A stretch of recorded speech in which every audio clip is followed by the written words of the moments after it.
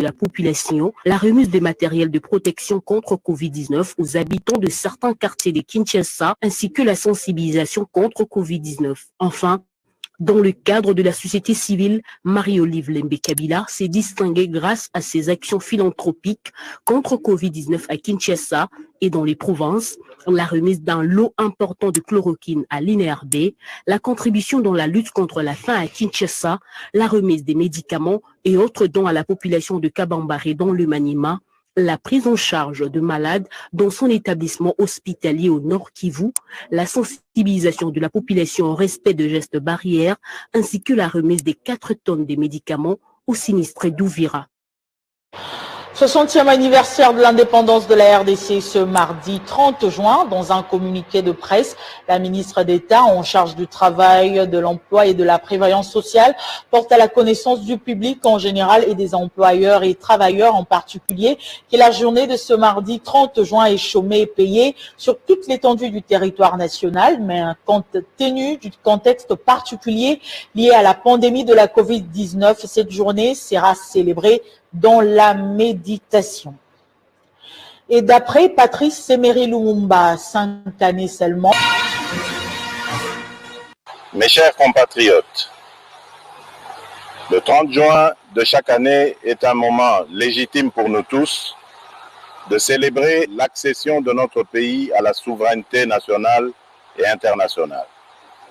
C'est aussi l'occasion de revisiter le chemin que nous avons parcouru ensemble, de prendre la mesure des défis au plan politique, économique et social afin d'arrêter les voies et moyens d'offrir un meilleur avenir à notre progéniture.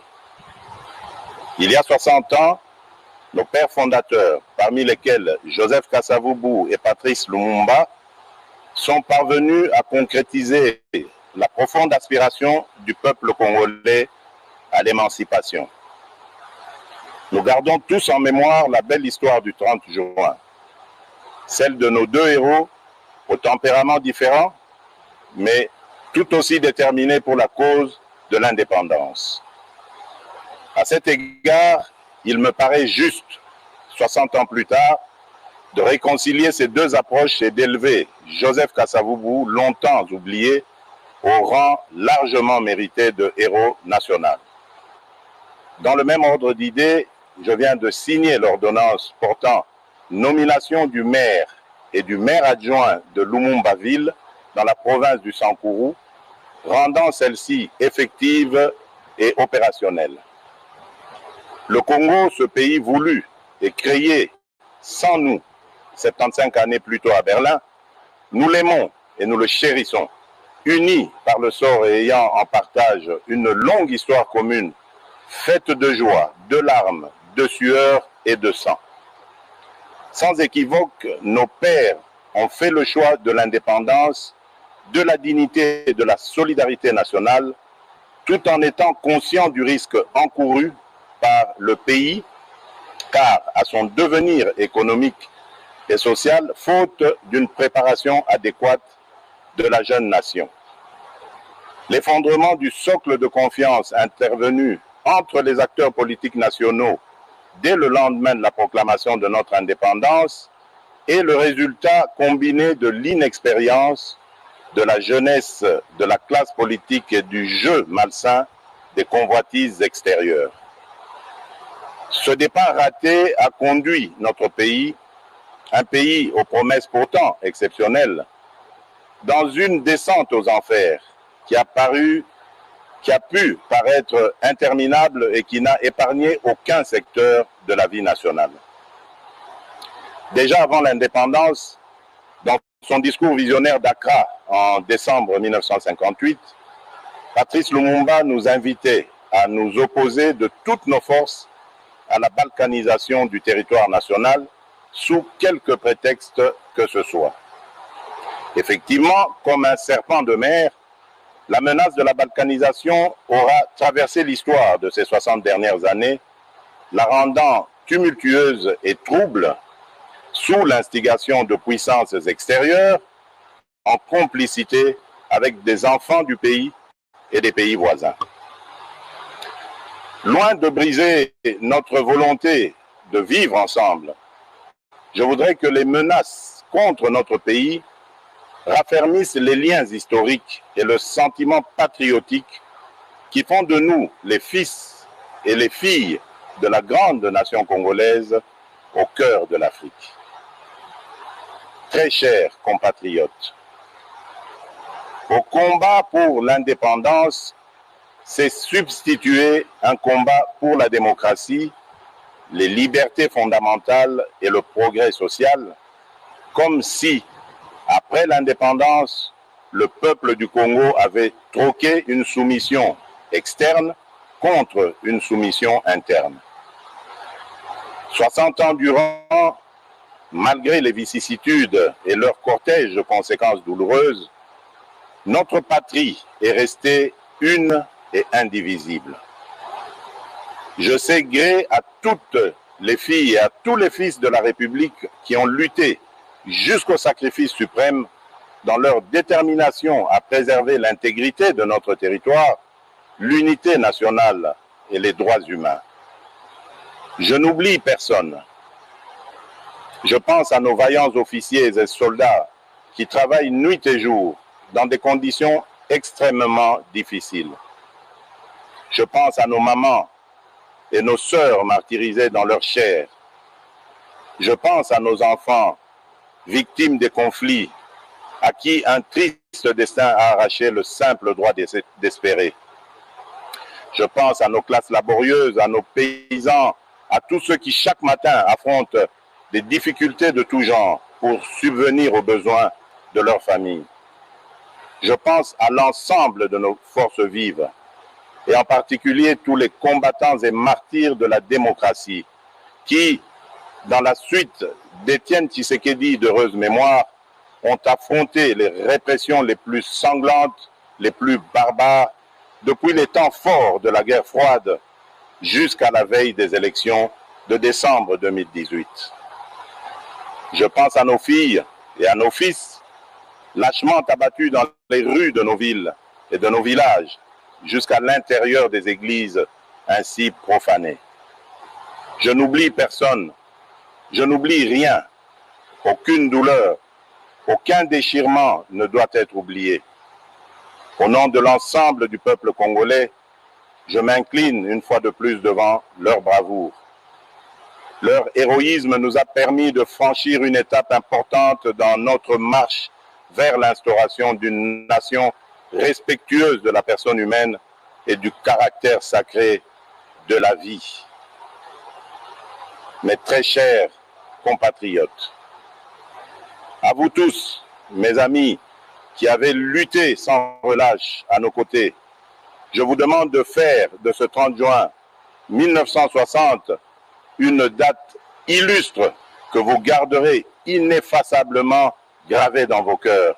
Une date dont vous enseignerez avec fierté la signification à vos enfants pour que ceux-ci, à leur tour, fassent connaître à leurs fils et à leurs petits-fils l'histoire glorieuse de notre lutte pour la liberté.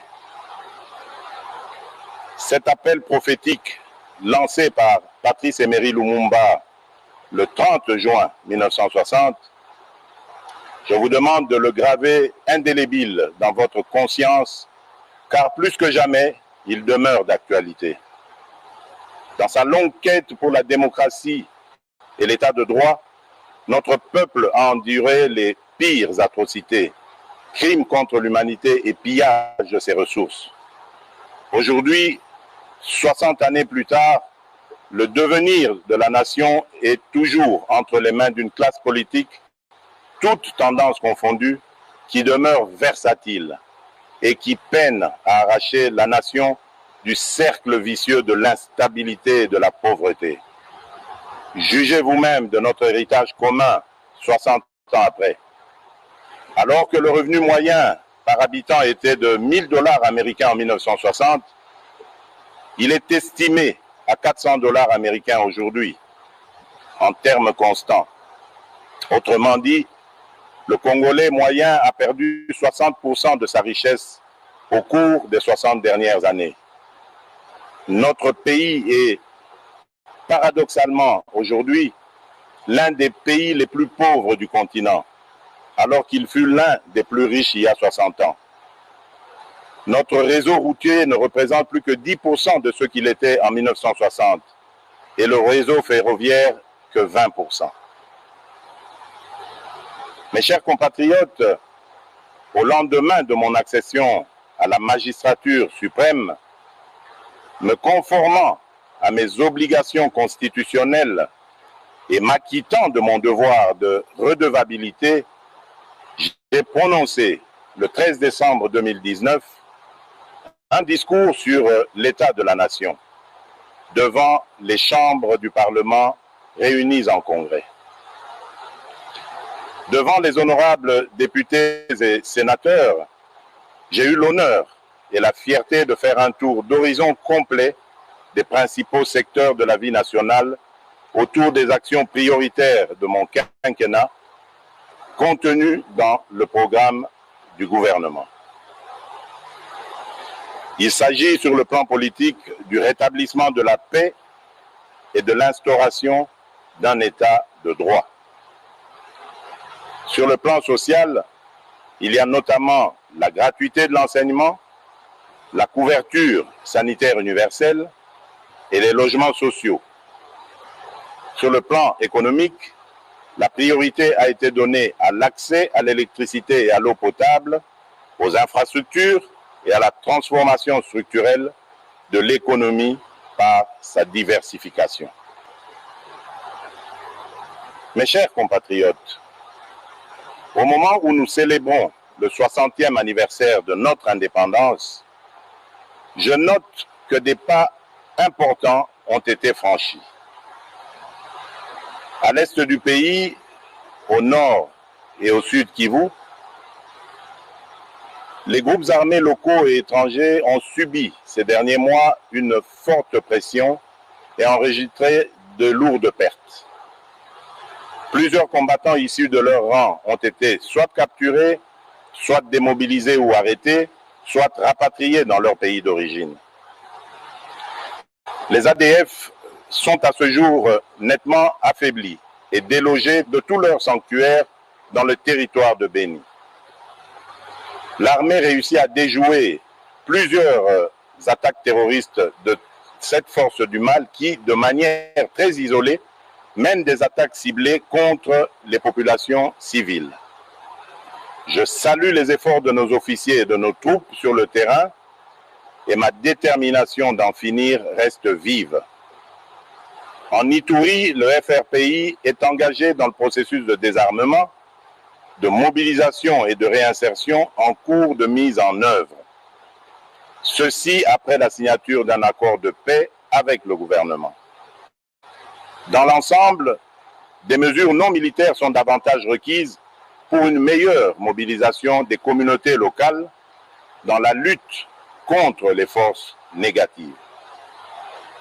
Je réitère mon appel à tous les autres groupes armés afin de déposer les armes et de choisir la voie de la paix, sous peine de s'exposer aux sanctions coercitives de l'armée et à des poursuites judiciaires. Je condamne fermement les massacres des populations par des miliciens en Ituri, au nord et au sud Kivu. Tout en exprimant ma compassion aux familles durement touchées par cette barbarie ignoble, je les assure que ceci ne restera pas impuni. Chers compatriotes, comme je m'y étais engagé, l'établissement d'un État de droit est en marche dans notre pays. Le citoyen congolais a retrouvé la pleine jouissance de ses libertés fondamentales, de manifester, de résider dans son pays, de ne pas être arrêté pour des raisons politiques. La justice recouvre peu à peu son indépendance. Les avancées enregistrées l'ont été au prix de sacrifices extrêmes. Elles ne peuvent être annihilées par des manœuvres d'arrière-garde qui s'observent chez certains de vouloir légiférer pour déposséder le Conseil supérieur de la magistrature du pouvoir judiciaire qu'il détient pourtant par la Constitution. Point n'est besoin de vous rappeler que la justice élève une nation. La justice est pour un état de droit ce que le sang est pour le corps humain. Voilà pourquoi j'estime que les réformes dans ce secteur doivent être dictées non pas par le souci de s'assurer une protection d'une personne ou d'un groupe de personnes, mais plutôt par le souci d'apporter plus d'efficacité et d'efficience au fonctionnement de la justice. En considération de ces éléments, je n'accepterai sous aucun prétexte des réformes dans ce secteur qui, par leur nature et contenu, viendraient porter atteinte à des principes fondamentaux régissant la justice telle que prévue dans notre Constitution, notamment l'indépendance du pouvoir judiciaire, du pouvoir législatif et du pouvoir exécutif, le pouvoir régalien de nomination des magistrats, la gestion du pouvoir judiciaire confiée au Conseil supérieur de la magistrature et bien d'autres. Je m'étais également engagé à rendre l'enseignement de base obligatoire et gratuit pour tous. À ce jour, fréquenter l'école est devenu une réalité pour nos enfants, quelles que soient leurs conditions sociales. En effet, jusqu'à la rentrée de 2019, notre pays était l'un des derniers au monde où l'école primaire était encore payante. Les parents finançaient les 2/3 des coûts de scolarité et 4 millions d'enfants n'étaient pas scolarisés en 2018 parce que les parents devaient choisir entre les nourrir ou les faire étudier. Depuis que nous avons lancé cette grande réforme pour la gratuité, 2,5 millions d'enfants supplémentaires ont pu retrouver le chemin de l'école. Cependant, cet engouement salutaire met en exergue 2 autres importants défis que nous devons relever. Celui des infrastructures d'accueil et celui de la qualité de l'enseignement. Quelles qu'en soient les difficultés, nous sommes sur la bonne voie et nous restons déterminés. Nous pouvons nous réjouir de bénéficier du concours sans précédent de la solidarité internationale pour la prise en charge de cette réforme dont le coût est supérieur à $1 milliard par an. Mais il nous faudra davantage mobiliser nos ressources internes à travers l'impôt pour soutenir à long terme l'éducation de nos enfants. Il s'agit d'une responsabilité collective et prioritaire qui doit interpeller chaque citoyen. J'ai également pris l'engagement de mettre un terme à l'impunité pour donner un sens à la lutte contre la corruption et les antivaleurs, car celles-ci sont à la base de presque tous les maux dans les différents secteurs de la vie nationale. Quelques mois après mon avènement, des ministres du gouvernement central et des ministres provinciaux ont été suspendus de leurs fonctions, déférés devant la justice et condamnés pour des faits de corruption et d'abus d'autorité. Aussi, ai-je à cet égard créé par ordonnance datée du 28 mars dernier une agence de prévention et de lutte contre la corruption, en abrégé APLC, qui a pour mission de prévenir et de lutter contre la corruption qui gangrène le pays en amont de l'action des institutions judiciaires. Sur le plan économique, j'ai fait de l'accès à l'électricité une priorité. Plusieurs projets publics et privés sont en cours de démarrage, notamment une centrale solaire de 1000 MW à Kinshasa et d'autres à l'intérieur du pays. En outre, au-delà des conférences et débats publics sur la question, le méga projet du Grand Tinga est au cœur des transactions susceptibles de lui donner un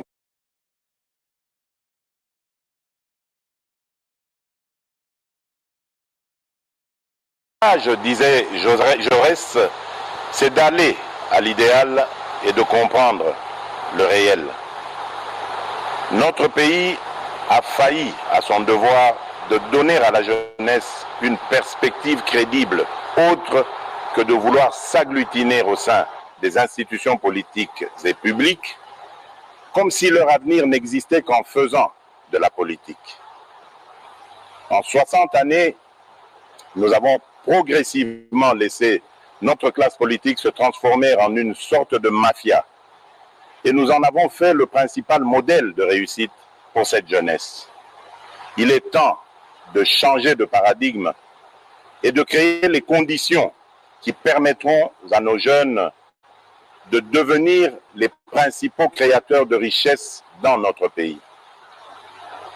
Cette jeunesse talentueuse, pleine d'énergie et avide de savoir, pour laquelle nous avons engagé le pays dans la transformation digitale à travers l'ambitieux plan national du numérique Horizon 2025. Depuis l'indépendance jusqu'à ce jour, notre pratique de la politique a eu pour principal effet de diluer l'efficacité, de diluer les responsabilités et au final de desservir au lieu de servir. La lutte contre l'impunité, contre la corruption et les antivaleurs constitue les éléments centraux de ma stratégie, sans lesquels tout réel espoir de changement est impossible. Mais dès lors que nous avons en toute conscience choisi de privilégier la réconciliation nationale pour mieux construire l'avenir et préserver la paix, la lutte contre l'impunité ne doit en aucun cas se transformer en vengeance ni en chasse aux sorcières. De même, aucune réconciliation crédible ne peut être envisagée si nous continuons avec les pratiques anciennes de la corruption, de la ruse et du crime. L'engagement que j'ai pris devant vous, devant ma conscience et devant Dieu, c'est de donner la chance à tous les Congolais sans envisager l'avenir en toute liberté et en toute quiétude, mais sur de nouvelles bases morales. En aucun cas, cet engagement ne peut signifier la poursuite de l'impunité. M'inspirant des Saintes Écritures, mon objectif n'est pas de voir les méchants périr, mais plutôt qu'ils changent, qu'ils soient sauvés et que le pays tout entier s'en réjouisse. À défaut, ils s'exposeront à la rigueur de la loi. Celle-ci étant faite pour révéler la faute, j'accorde à la restauration de l'état de droit la première des priorités dans mon combat pour l'édification d'un nouveau Congo. J'ai entendu certains parler avec ironie ou crainte de la République des juges. La réalité est plutôt que le pouvoir judiciaire demeure confronté à de nombreux défis en termes de ressources, de capacités et d'indépendance. La République démocratique du Congo ne compte actuellement qu'un magistrat pour 28 000 habitants, alors qu'un ratio minimum de 1 magistrat pour 5 000 habitants est considéré comme étant la limite de la couverture requise par les standards définis par l'Association internationale des magistrats. La dernière grande vague de recrutement des magistrats en République démocratique du Congo date de 2011. Nous avons donc un grand retard à rattraper. Mes chers compatriotes, j'ai à cœur l'ensemble de vos aspirations pour un Congo meilleur, un Congo paisible, plus juste et plus équitable. Qu'il s'agisse de la réforme en cours de la justice, que je compte poursuivre et approfondir, de l'indispensable rattrapage en matière d'infrastructures de base, de l'accès à la santé, de la pacification intégrale du pays ou de la préservation de l'environnement, le Congo a grandement besoin de ressources et de méthodes pour poursuivre avec succès la mise en œuvre du programme pour lequel vous m'avez élu.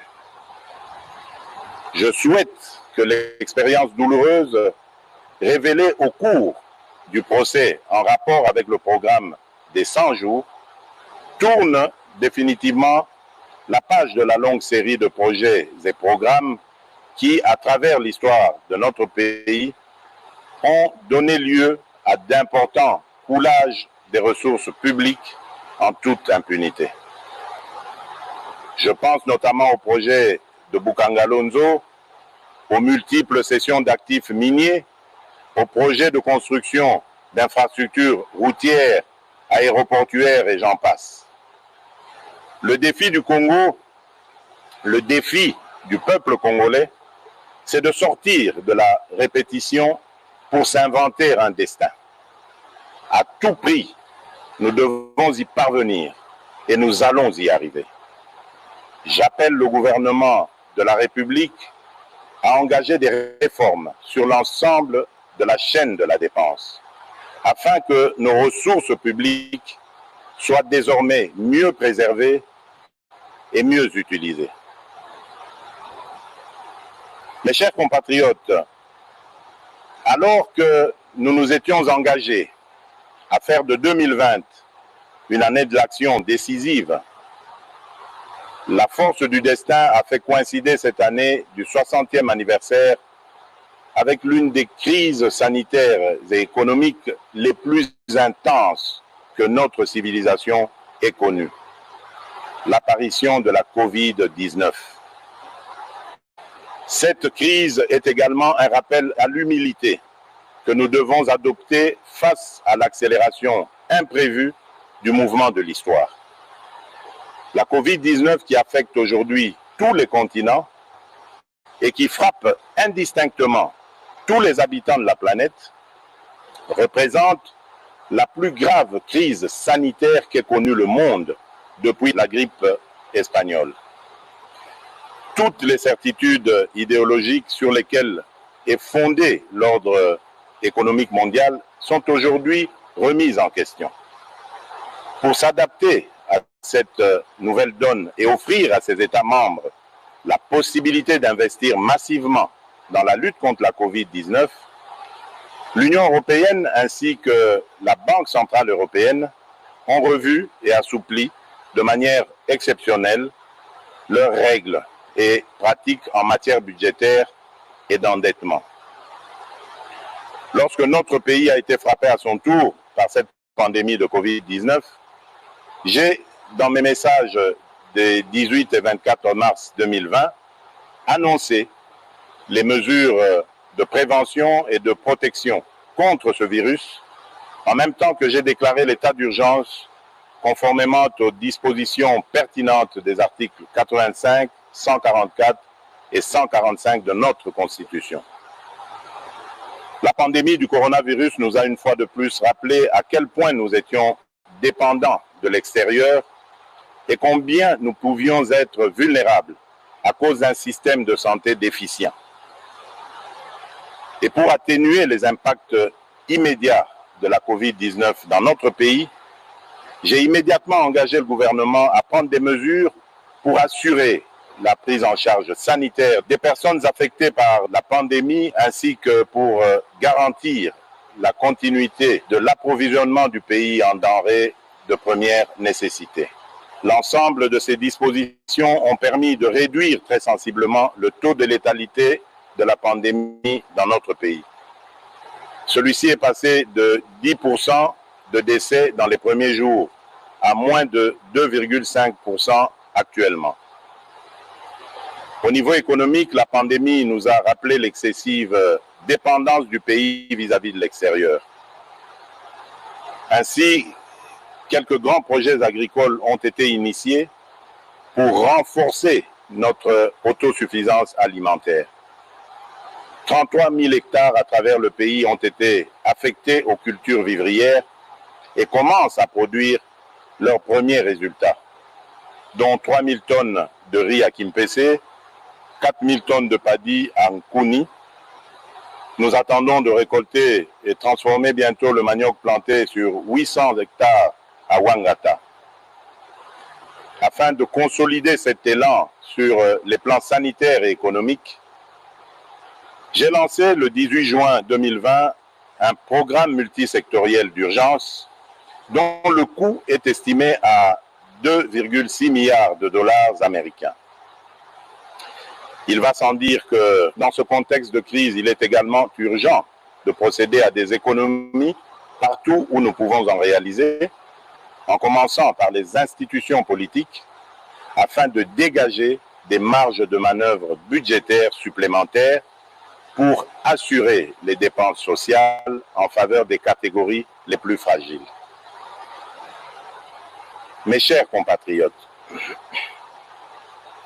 à sa création, en marge de la conférence de Berlin en 1885, notre pays a été baptisé État indépendant du Congo. Loin de pouvoir caractériser la souveraineté des peuples qui y habitaient et qui venaient d'être soumis à un régime de colonisation, cette dénomination a symbolisé la volonté de son propriétaire d'alors, le monarque belge Léopold II, de transformer notre pays naissant en zone de libre-échange économique au profit des puissances occidentales de l'époque. C'est ainsi que notre pays a toujours été un centre d'enjeux planétaires qui le dépasse, au point que c'en est devenu son ADN, la source de ses joies et de ses peines. C'est pourquoi, tirant les leçons de l'histoire, j'ai résolument engagé la République dans la voie de l'ouverture internationale, dans l'unique but de préserver les intérêts supérieurs de mon pays et de mon peuple. C'est dans ce contexte que j'estime nécessaire que notre histoire commune avec la Belgique et son peuple soit racontée à nos enfants en République démocratique du Congo ainsi qu'en Belgique sur la base d'un travail scientifique réalisé par les historiens des deux pays. Mais le plus important pour l'avenir, c'est de bâtir des relations harmonieuses avec la Belgique, parce qu'au-delà des stigmates de l'histoire, les deux peuples ont su construire une relation forte que j'ai pu vivre personnellement lors de mon exil en Belgique, mon autre Congo.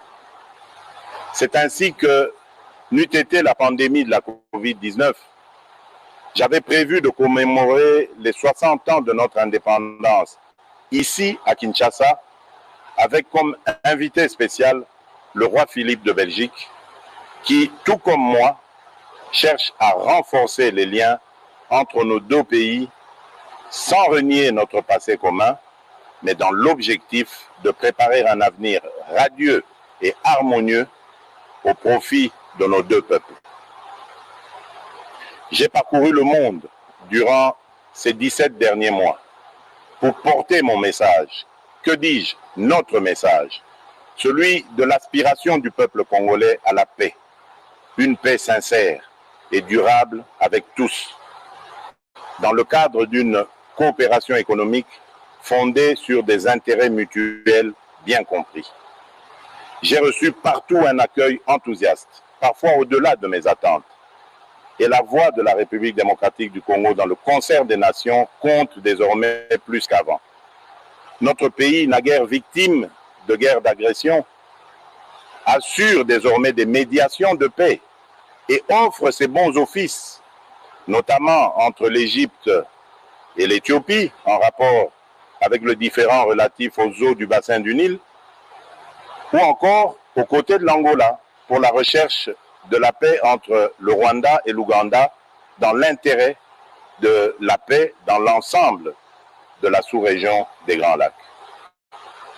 Mais nombreux déplacements ont également hissé la coopération au développement en faveur de la République démocratique du Congo à un niveau sans précédent.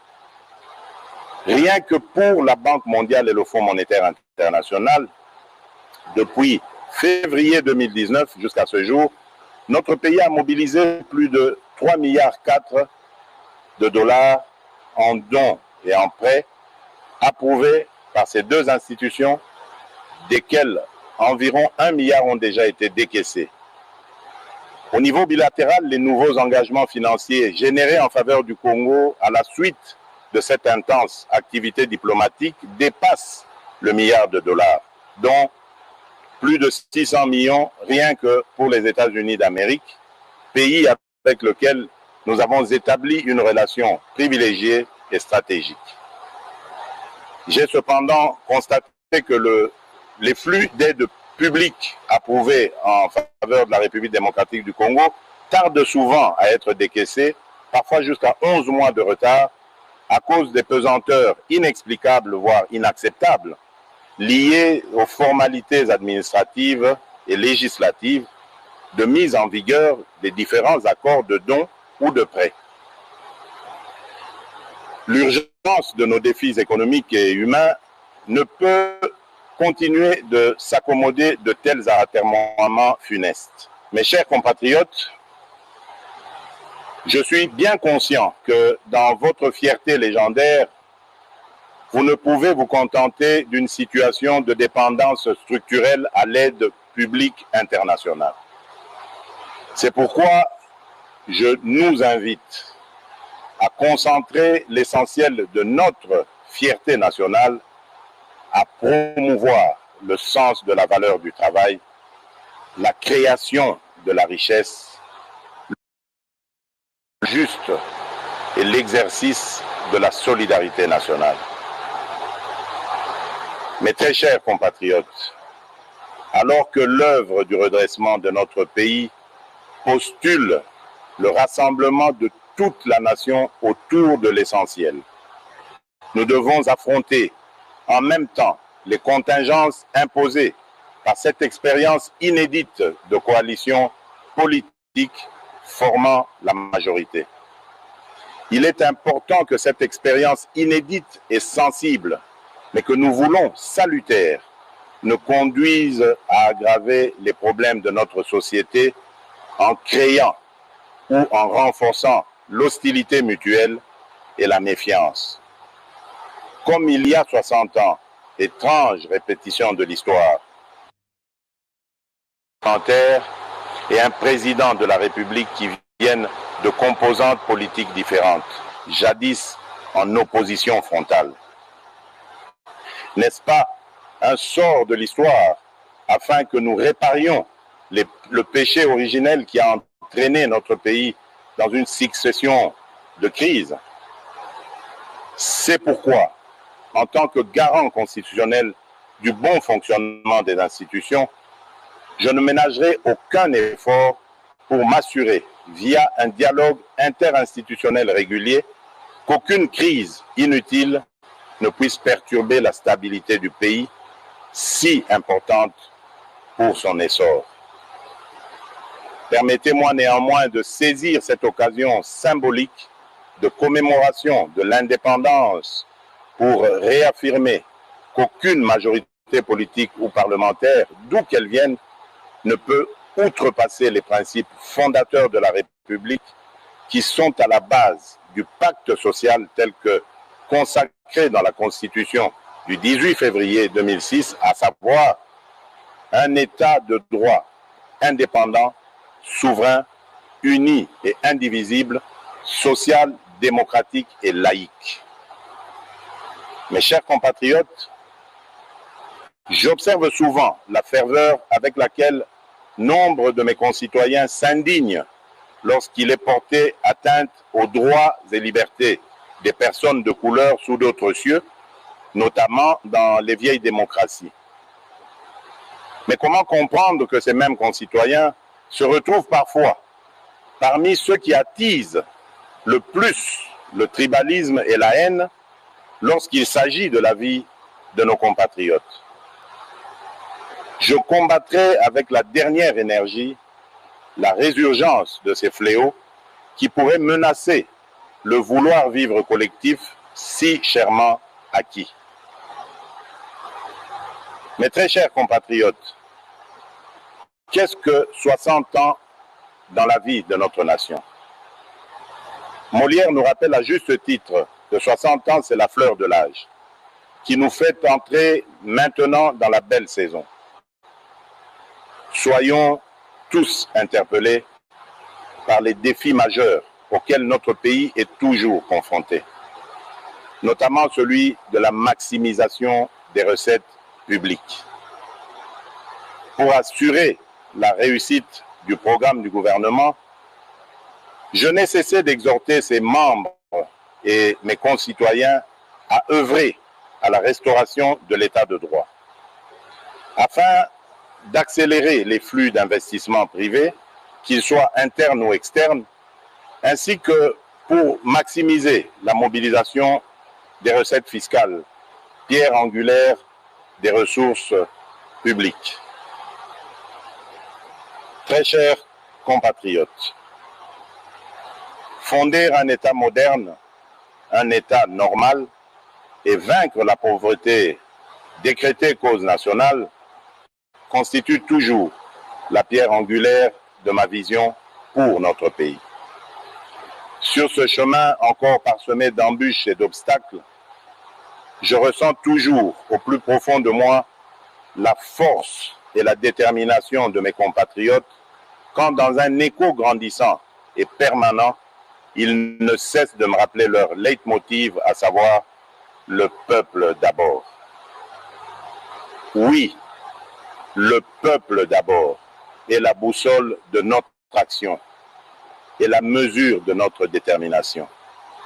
C'est vous dire que l'intérêt du peuple congolais constitue et constituera toujours le fil conducteur de toutes les réformes que j'entends voir le gouvernement de la République accomplir tout au long de mon mandat. À 60 ans, on n'a plus d'excuses. À 60 ans, on ne commet plus les mêmes erreurs.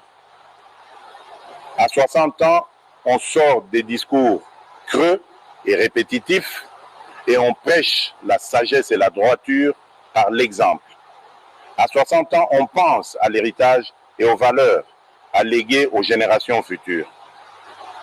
Il est temps que nos ambitions personnelles viennent en dernier lieu et que les ambitions de notre pays soient notre priorité. Très chers compatriotes, c'est pour vous, avec vous et dans votre intérêt que nous allons réussir le mandat que vous m'avez confié. Bonne fête de l'indépendance à toutes et à tous. Vive la nation congolaise unie et forte. Que Dieu bénisse la République démocratique du Congo. Je vous remercie.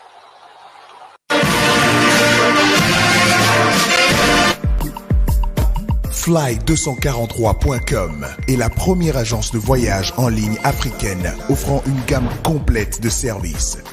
Chez Fly243.com, nous donnons à chaque voyageur le pouvoir de prendre la meilleure décision lorsqu'il s'agit de réserver des services de voyage abordables.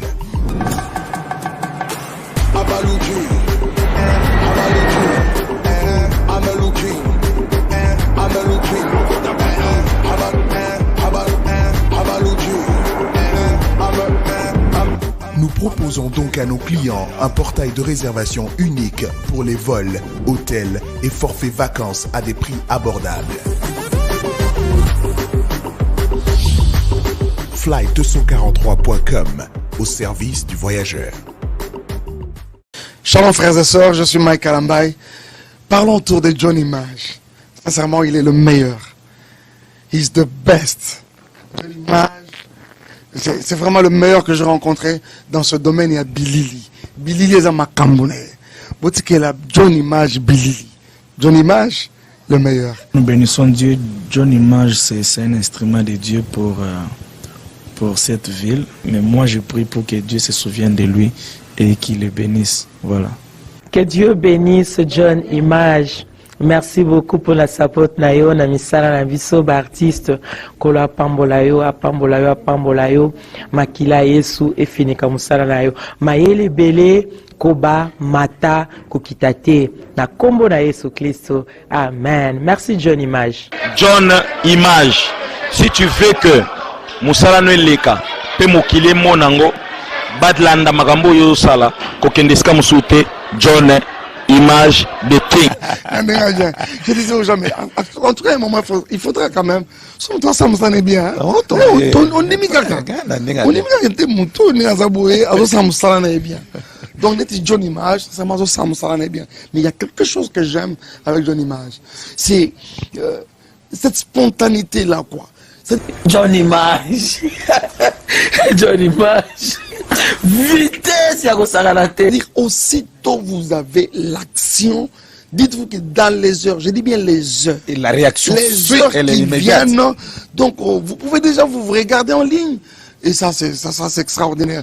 Alors que ce travail, beaucoup de nos frères et sœurs qui ont fait des reportages, mariages, conférences, concerts, papa. Et pour là, comme on l'a dit, disque dire, mais nous aurions trouvé un sous-côté. Mariage, il y a un événement, mais on l'a dit.